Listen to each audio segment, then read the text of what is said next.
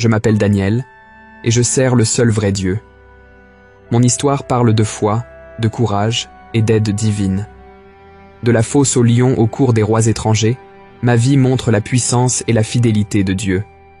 Voici mon histoire. Il y a très longtemps, dans l'ancien royaume de Babylone, vivait un jeune homme nommé Daniel. Il faisait partie de la famille royale de Juda, mais fut capturé lorsque Babylone s'empara de Jérusalem. À Babylone, Daniel et d'autres jeunes hommes de famille noble furent choisis pour servir à la cour du roi Nebuchadnezzar.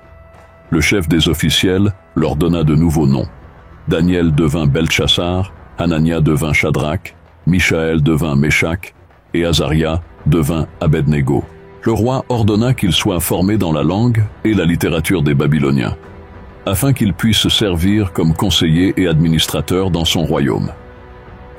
Daniel, Shadrach, Méshach et Abednego faisaient partie de cette formation. Mais Daniel affrontait un problème. La nourriture et le vin du roi n'étaient pas permis par les lois diététiques de sa foi. Il demanda donc au chef des officiels la permission de manger seulement des légumes et de boire de l'eau. Veuillez mettre vos serviteurs à l'épreuve pendant 10 jours. Donnez-nous seulement des légumes à manger et de l'eau à boire.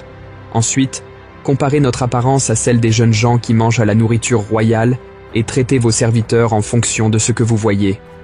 L'officiel était préoccupé par le fait que Daniel aurait l'air faible et mal nourri par rapport aux autres jeunes hommes. Daniel convainquit l'officiel de le laisser, lui et ses amis, suivre leur régime pendant 10 jours. À la fin des 10 jours, Daniel et ses amis semblaient en meilleure santé et plus forts que ceux qui mangeaient la nourriture du roi. À cause de cela, le chef des officiels les laissa continuer avec leur régime alimentaire. Dieu bénit Daniel et ses amis avec une grande connaissance et compréhension. Ils excellèrent dans leurs études et étaient 10 fois plus sages que tous les magiciens et enchanteurs de Babylone. Un jour, le roi Nebuchadnezzar eut un rêve troublant. Il ne pouvait pas se rappeler des détails ou de la signification de ce rêve. Dans sa frustration, le roi appela ses magiciens, enchanteurs, sorciers et astrologues. Il exigea qu'ils lui disent le rêve et sa signification. Le roi dit : « Si vous ne pouvez pas me dire quel était mon rêve et l'interpréter, vous serez coupés en pièces et vos maisons seront réduites en décombres. Mais si vous pouvez le faire, vous recevrez des cadeaux, des récompenses et un grand honneur. Alors, dites-moi le rêve et interprétez-le. » Ils protestèrent, disant : « Personne ne peut faire une telle chose sauf les dieux, et ils ne vivent pas parmi les mortels. Personne sur terre ne peut faire ce que le roi demande. » Aucun roi, si grand et puissant soit-il, n'a jamais demandé une telle chose à un magicien, enchanteur ou astrologue. Ce que le roi demande est trop difficile. Seuls les dieux pourraient le révéler, et ils ne vivent pas parmi les humains. Dans sa colère, le roi ordonna que tous les sages de Babylone soient exécutés, y compris Daniel et ses amis. Lorsque Daniel entendit cela, il demanda au roi plus de temps pour interpréter le rêve. Cette nuit-là, Daniel et ses amis prièrent Dieu pour obtenir miséricorde et compréhension. Dans une vision, Dieu montra à Daniel à la fois le rêve et sa signification. Le lendemain, Daniel se tint devant le roi et dit : « Aucun humain ne peut révéler le rêve, mais il y a un Dieu dans le ciel qui révèle les mystères. » Daniel décrivit alors le rêve au roi. « Votre Majesté, vous avez vu une grande statue, brillante et terrifiante.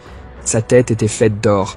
Sa poitrine et ses bras étaient en argent, son ventre et ses cuisses étaient en bronze, ses jambes étaient en fer, ses pieds étaient en partie en fer et en partie en argile. Tandis que vous regardiez, une pierre fut détachée, mais sans intervention humaine. Elle frappa les pièces de la statue, faits de fer et d'argile, et les brisa.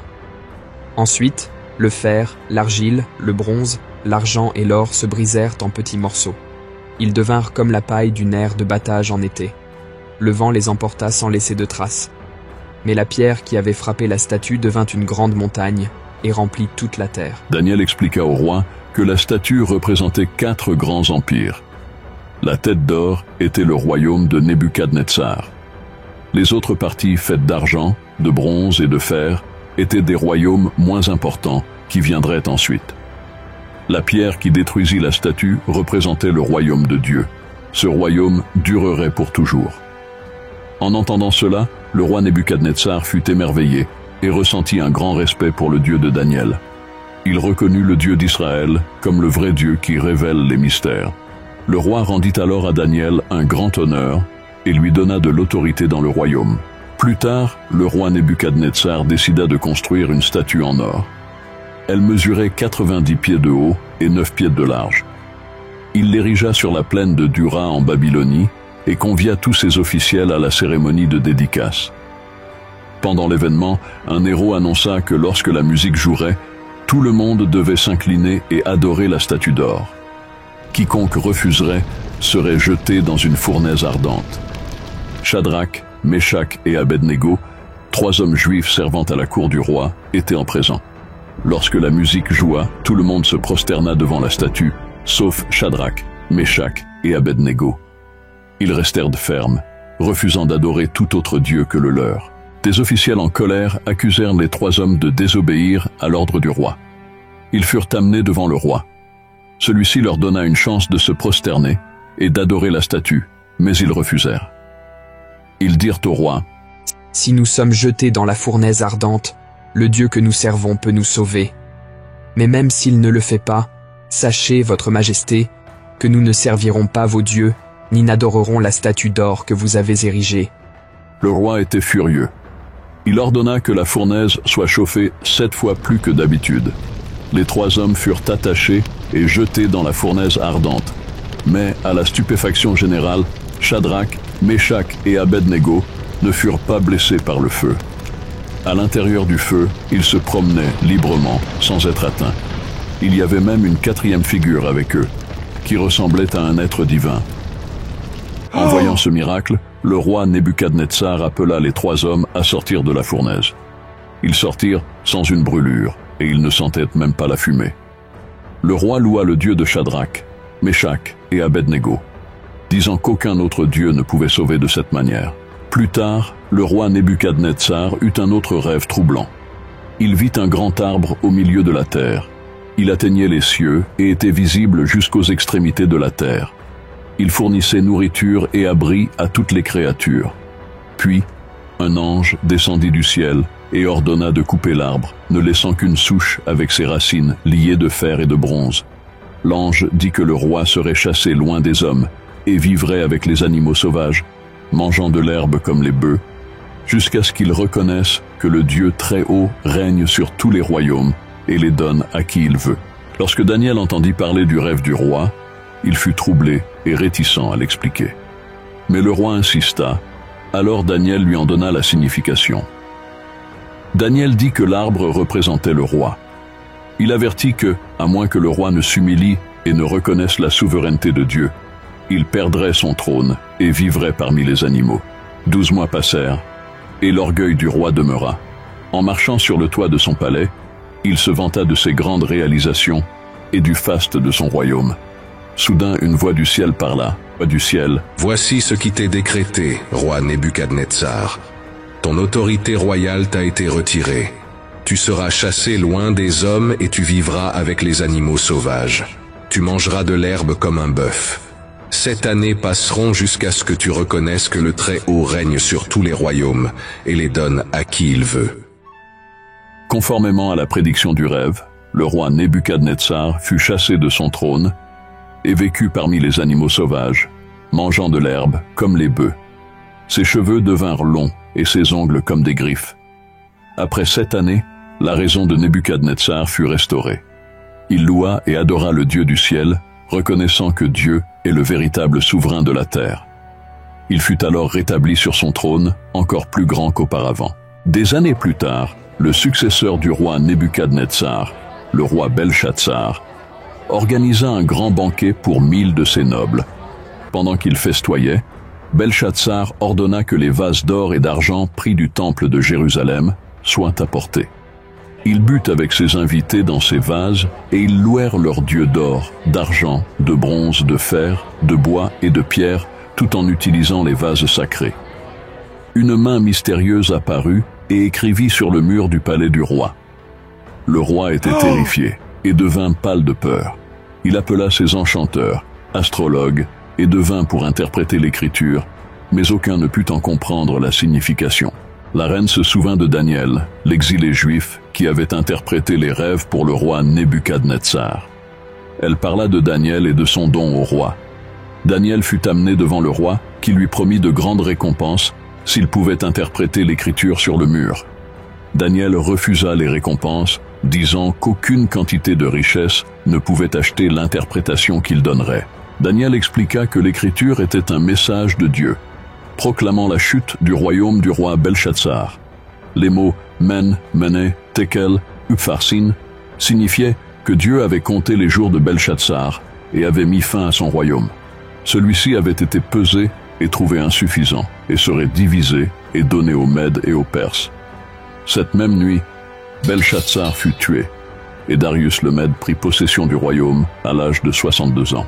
L'interprétation de Daniel se réalisa, démontrant la puissance et la souveraineté de Dieu. Le roi Darius nomma 120 satrapes pour gouverner son royaume, avec 3 administrateurs pour les superviser, dont l'un était Daniel. Daniel surpassait les administrateurs et les satrapes grâce à ses qualités exceptionnelles, et le roi projeta de le mettre à la tête de tout le royaume. Jaloux de la faveur de Daniel auprès du roi, les autres administrateurs et satrapes cherchèrent à trouver des motifs de l'accuser. Mais ils ne purent trouver aucune corruption chez Daniel, car il était honnête et diligent. Les administrateurs et satrapes décidèrent de piéger Daniel concernant sa foi. Ils convainquirent le roi Darius d'émettre un décret. Pendant 30 jours, quiconque prierait un dieu ou un homme autre que le roi serait jeté dans la fosse aux lions. Malgré ce décret, Daniel continua sa routine de prier son Dieu 3 fois par jour. Lorsque les administrateurs et satrapes le virent prier, ils le rapportèrent au roi. Bien que le roi Darius aimât Daniel, il était lié par son propre décret et dut jeter Daniel dans la fosse aux lions. Cette nuit-là, le roi Darius ne put pas dormir. Tôt le lendemain matin, il se précipita vers la fosse aux lions et appela Daniel. À son grand soulagement, Daniel répondit « Mon roi, vivez éternellement. Mon Dieu a envoyé son ange pour fermer la gueule des lions. Ils ne m'ont pas fait de mal parce que j'ai été trouvé innocent devant lui, ni n'ai-je commis de faute devant vous, votre majesté. » Ravi, le roi Darius ordonna que Daniel soit sorti de la fosse. Sur l'ordre du roi, les hommes qui avaient faussement accusé Daniel, ainsi que leurs familles, furent jetés dans la fosse aux lions. Avant qu'ils n'atteignent le sol, les lions les maîtrisèrent et brisèrent leurs os.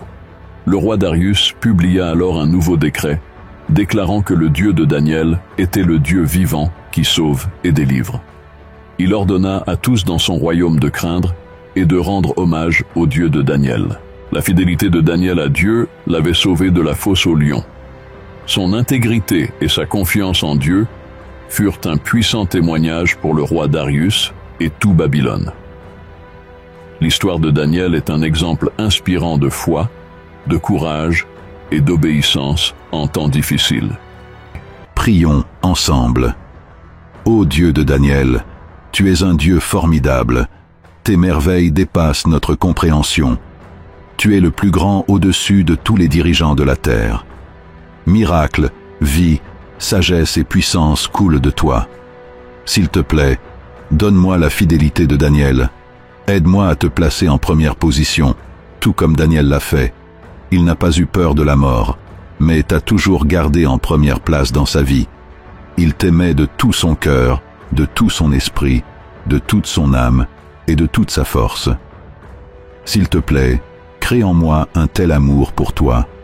Aide-moi à t'obéir et à être fidèle même en période de détresse. Quand les temps sont bons, aide-moi à ne pas t'oublier. Aide-moi à être fidèle envers toi et à te remercier pour tous les jours de ma vie. Amen. Si vous avez apprécié cette vidéo, veuillez vous abonner pour recevoir davantage de vidéos animées comme celle-ci. Aimez et partagez-la avec quelqu'un qui peut bénéficier de cette belle histoire.